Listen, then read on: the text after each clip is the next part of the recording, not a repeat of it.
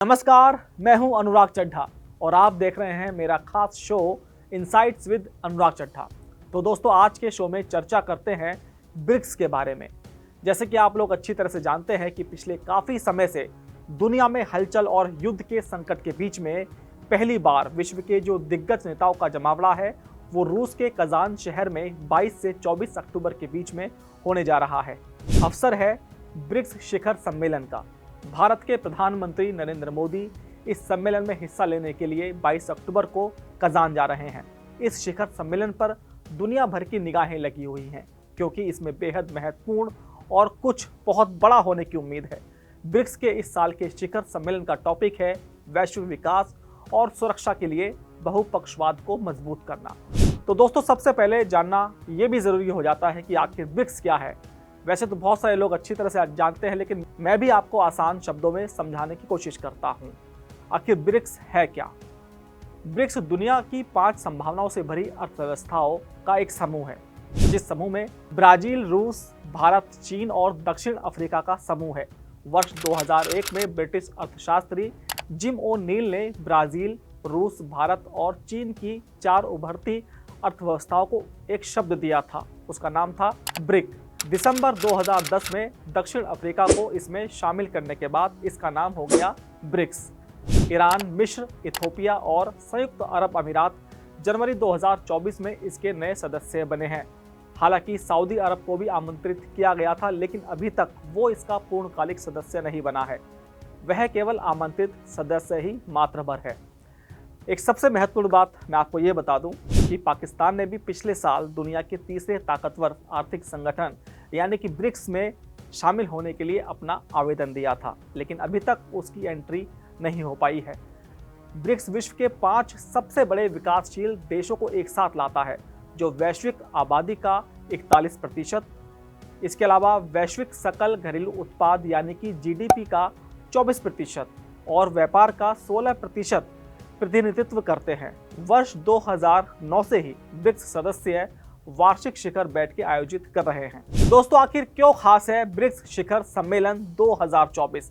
आइए जानने की कोशिश करते हैं। इस बार ब्रिक्स शिखर सम्मेलन पर दुनिया भर की निगाहें टिकी हुई हैं। रूस यूक्रेन युद्ध शुरू होने के बाद से ये पहला मौका है कि जब रूस में इतना बड़ा आयोजन हो रहा है। अमेरिका और यूरोप रूस के खिलाफ यूक्रेन के समर्थन में है और रूस पर उन्होंने कई तरह के प्रतिबंध लगाए हैं जो कि बहुत कड़े हैं।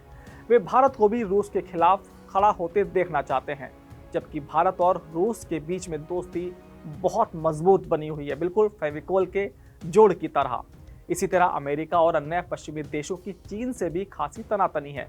ऐसे में देखना बहुत दिलचस्प होगा कि दोनों देश ब्रिक्स के जरिए अपनी कैसी भूमिका रखते हैं। इस सम्मेलन में चीन के राष्ट्रपति शी जिनपिंग ग्लोबल साउथ के लिए नए युग की शुरुआत करने की बात कर रहे हैं और अन्य पक्षों से भी वो बातचीत करने की कोशिश करेंगे।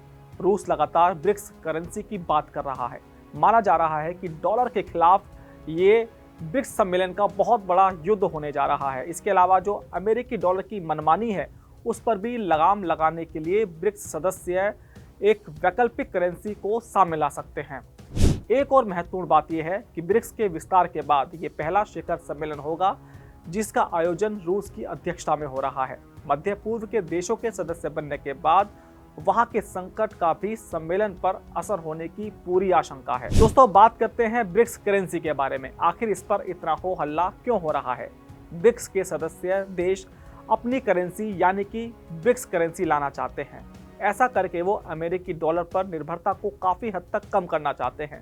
तर्क वो ये देने की कोशिश करते हैं कि जैसे यूरोपीय देशों की सम्मिलित करेंसी यूरो है, ठीक वैसे ही ब्रिक्स देशों की अपनी करेंसी होनी चाहिए। इस समय डॉलर दुनिया की सबसे ताकतवर करेंसी है। आसान शब्दों में समझें तो बिना डॉलर के काम बिल्कुल नहीं चलने वाला। जैसे ही डॉलर महंगा होता है वैसे ही बहुत सारे देश ऐसे हैं जिनकी अर्थव्यवस्था उथल पुथल होने लगती है। अगर हम बात करें जो अमेरिकी फेडरल रिजर्व एजेंसी है, 1999 से 2019 के बीच अमेरिका में 96%, एशिया प्रशांत क्षेत्र में 74% और शेष दुनिया में 79 यानी कि 79% अंतर्राष्ट्रीय व्यापार में डॉलर का उपयोग किया गया था। इसके अलावा अटलांटिक काउंसिल के अनुसार अमेरिकी डॉलर का उपयोग 88% मुद्रा विनिमय में किया जाता है और केंद्रीय बैंकों द्वारा रखे गए सभी विदेशी मुद्रा भंडार का 59% यानी कि 59% हिस्सा अमेरिकी डॉलर में है। बैंक ऑफ इंटरनेशनल सेटलमेंट के अनुसार अंतर्राष्ट्रीय कारोबार के एवज में 90% भुगतान डॉलर में होता है। अब यहाँ बात ये आती है कि आखिर जो ब्रिक्स देश हैं वो नई मुद्रा को क्यों बनाना चाहते हैं। तो आइए मैं आपको थोड़ा सा समझाने की कोशिश करता हूँ। दरअसल जो ब्रिक्स देशों का नई मुद्रा लाने की सोच के पीछे का उद्देश्य है वो मैं आपको ग्राफिक्स और बुलेट पॉइंट्स के जरिए समझाता हूँ। ब्रिक्स देशों के भीतर आर्थिक एकीकरण को मजबूत करना, वैश्विक मंच पर अमेरिका के प्रभाव को कम करना, वैश्विक मुद्रा के रूप में अमेरिकी डॉलर की स्थिति कमजोर करना, क्षेत्रीय मुद्राओं के विकास के लिए अन्य देशों को गठबंधन के लिए प्रोत्साहित करना, एक तरफा उपायों और डॉलर पर निर्भरता में कमी के कारण वैश्विक अस्थिरता से जुड़े खतरों को कम करना। नई ब्रिक्स मुद्रा का अमेरिकी डॉलर पर क्या प्रभाव पड़ेगा, ये बात बहुत समझने वाली है। नई ब्रिक्स मुद्रा अगर डॉलर के मुकाबले स्थिर हो जाती है तो ये अमेरिकी प्रतिबंधों की शक्ति को बहुत कमजोर कर सकती है, जिससे डॉलर के मूल्य में और ज्यादा गिरावट आ सकती है। इसके अलावा यह नई मुद्रा डी-डॉलराइजेशन की ओर रुझान को तेज कर सकती है। नई ब्रिक्स मुद्रा की ओर संभावित बदलाव से उत्तरी अमेरिका अर्थव्यवस्था और उसमें काम करने वाले निवेशकों पर प्रभाव पड़ सकता है। सबसे अधिक प्रभावित होने वाले कुछ क्षेत्रों और उद्योगों की अगर हम बात करें तो उसमें शामिल हैं, आप ग्राफिक्स और बुलेट्स पॉइंट्स के जरिए समझिए, तेल और गैस, बैंकिंग और फाइनेंस, और वस्तुओं की बात करें तो अंतर्राष्ट्रीय बाजार, तकनीकी, पर्यटन और यात्रा, विदेशी मुद्रा बाजार। एक अलग एंगल मैं आपको बताने की कोशिश करता हूं। क्या ब्रिक्स करेंसी चीन की चाल है? चीन ब्रिक्स को G7 के खिलाफ बड़ी चुनौती के रूप में खड़ा करना चाहता है। ऐसे में चीन के राष्ट्रपति शी जिनपिंग विकासशील देशों के बीच चीन की करेंसी युआन को कॉमन करेंसी बनाने का दबाव बना सकते हैं। इसके दो कारण समझ में आते हैं। पहला कारण ये कि वो अच्छी तरह से जानते हैं कि कई देशों के डॉलर से अलग हटकर कारोबार करना बिल्कुल ठीक नहीं है। दूसरा ये कि ब्रिक्स के सभी देशों का सबसे अधिक व्यापार चीन से होता है। आपस में ये देश बहुत कम कारोबार करते हैं। ऐसे में चीन इस परिस्थिति का इस्तेमाल ब्रिक्स करेंसी की जगह युआन को कॉमन करेंसी बनाने के लिए कर सकता है। अब आप समझिए भारत और ब्रिक्स करेंसी। रूस से तेल खरीदने पर सबसे पहले अमेरिका और पश्चिमी देशों से भारत का विवाद चल रहा है। अब अमेरिकी डॉलर के खिलाफ मोर्चा खोले तो रूस और चीन के साथ भारत यहां जल्दबाजी बिल्कुल नहीं करना चाहेगा। रूस और चीन दोनों ही भारत के लिए बड़े कारोबारी देश हैं। इनके साथ स्थानीय मुद्रा में कारोबार का फायदा तो निश्चित तौर पर भारत को ही होगा।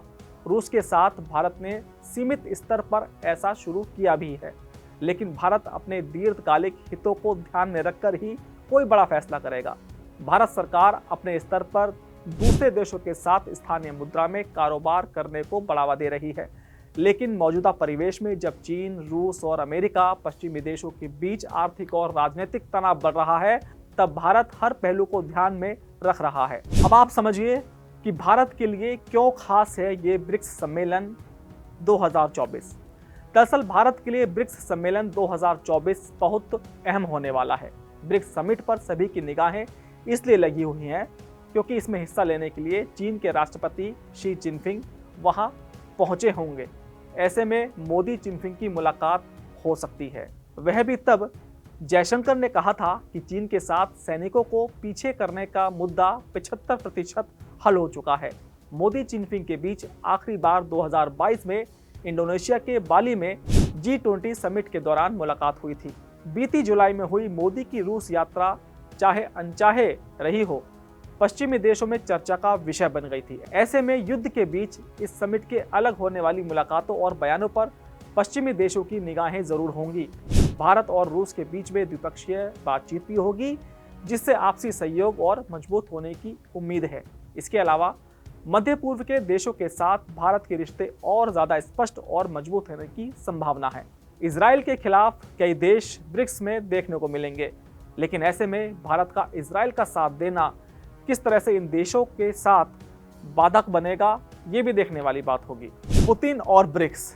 नई ब्रिक्स समिट की मेजबानी करने आ रहे रूस के राष्ट्रपति पुतिन ने कहा है कि मंच पश्चिमी विरोधी नहीं है, यह सिर्फ नॉन वेस्ट यानी कि गैर पश्चिम समूह है।